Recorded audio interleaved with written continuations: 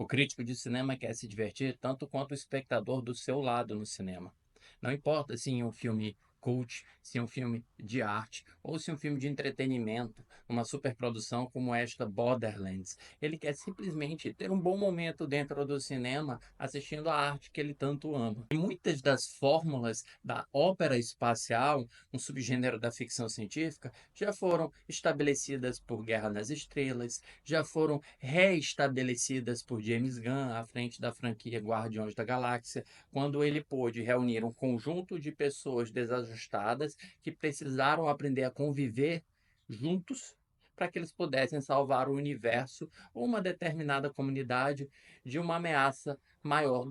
Borderlands pega essa semente de inspiração de Guardiões da Galáxia e, como é baseado em um jogo de videogame, certamente bebeu da fonte de grandes ficções científicas da história do cinema, como a já citada Guerra nas Estrelas. E embora o filme dirigido por Eli Roth não seja um filme necessariamente ruim, é um filme que é rapidamente esquecido, seja pela falta de uma identidade, seja pela falta da criação de personagens carismáticos com os quais nós consigamos nos envolver da mesma maneira com que nós fizemos com os personagens de Guardiões da Galáxia, seja mesmo pela falta de construção de toda a sua mitologia. De uma maneira geral, esta é apresentada rapidamente em um prólogo que menciona a espécie dos Eridianos, o planeta Pandora, uma certa África que contém alguns dos segredos dessa raça, apresenta-nos uma caçadora de recompensas e a sua missão, e joga tudo isso dentro da narrativa para que nós realizemos que nada disso de fato importa. Porque, no final das contas, o filme vai obedecer às mesmas convenções que nós já esperamos.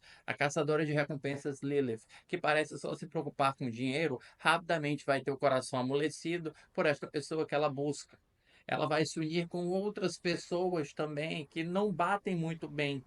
na mesma sintonia, mas entendem que precisam se unir naquele determinado momento para alcançar um objetivo comum, que é enfrentar o magnata Atlas, que está procurando a tal arca para se tornar um ser superpoderoso no universo. Mas é um conceito que eu estou criando aqui na minha cabeça porque o filme não fala absolutamente nada de quais as implicações de fato aconteceriam se ele obtivesse a arca. Ele simplesmente é um cara que tem muito dinheiro, domina basicamente toda uma super organização, então espera-se que ele se tornaria um grande ditador interplanetário, mas isso fica muito livre dentro da narrativa. O filme não tem uma identidade estilística muito forte. Ele estabelece o planeta de Pandora como uma mistura de Tatooine com o futuro de Mad Max, um planeta mergulhado em um deserto, mas também com um grande ferro velho que tem toques de Blade Runner no centro da sua cidade. Já os seus personagens parecem concebidos como versões de personagens anteriores. A caçadora de recompensas Lilith já é apresentada dentro de um bar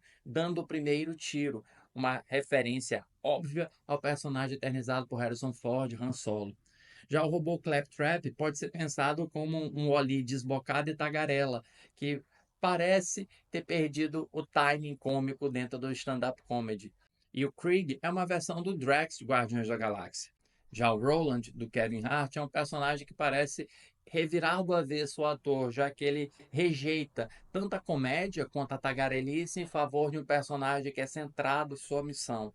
E tem também a participação de Jamie Lee Curtis como uma cientista que coloca a missão dela em primeiro lugar do que as pessoas e outros personagens acessórios ao longo da narrativa que nós rapidamente esquecemos quem são, o nome deles, ou o que eles estão fazendo dentro da narrativa, que é uma sucessão de cenas de ação intercaladas por um fiapinho de roteiro que é quase como se nós estivéssemos concebendo um jogo de videogame produzido há 20 anos. Um jogo de videogame em que não houvesse tanta dedicação assim na construção do mundo, na construção da mitologia, na construção dos personagens, para que nós possamos nos importar com o que esteja acontecendo em frente às telas. Eu vou dar o braço a torcer para o Eli Roth. Ele tem uma pegada até inteligente, embora ele não explore isso muito bem, que é tentar trazer elementos do cinema noir, como a narração da Cate Blanchett, que, de novo, não é tão explorado, mas ao menos tempera um pouco a narrativa, e também elementos cartunescos, que são apresentados logo no início, de tal maneira que eles acabam norteando toda a narrativa. Quando nós assistimos a Lilith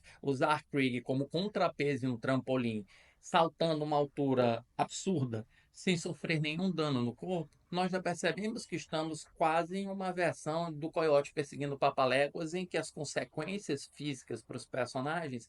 não serão drásticas. E tudo bem, é um investimento estilístico do filme que traz resultado em um certo momento. Por exemplo, quando o Roland precisa atravessar um grande desfiladeiro saltando no interior da goela de um bicho e aterrissando do outro lado apenas com o pneu furado. Essa pegada cartunesca, porém, é colocada em xeque no fim da narrativa, praticamente, quando o Eli Roth começa a utilizar uma câmera lenta para que nós nos importemos com os personagens, mesmo que 99% dos espectadores na sala de cinema já tinham absoluta certeza de que nada iria acontecer com os personagens. Então, acaba utilizando uma câmera lenta para fazer com que nós nos importemos com algum gesto de grande heroísmo que na realidade é inexistente. O filme tem até pedigree, tem Kate Blanchett, tem Jamie Lee Curtis, tem Jack Black fazendo a voz do robô Claptrap, tem Kevin Hart, tem um elenco bacana, tem uma produção bacana, dentro de um cenário que não tem uma identidade, dentro de um roteiro que não tem personalidade, dentro de um filme que é facilmente esquecível. Um filme que não faz nenhum esforço em se destacar daquelas produções que foram feitas antes dele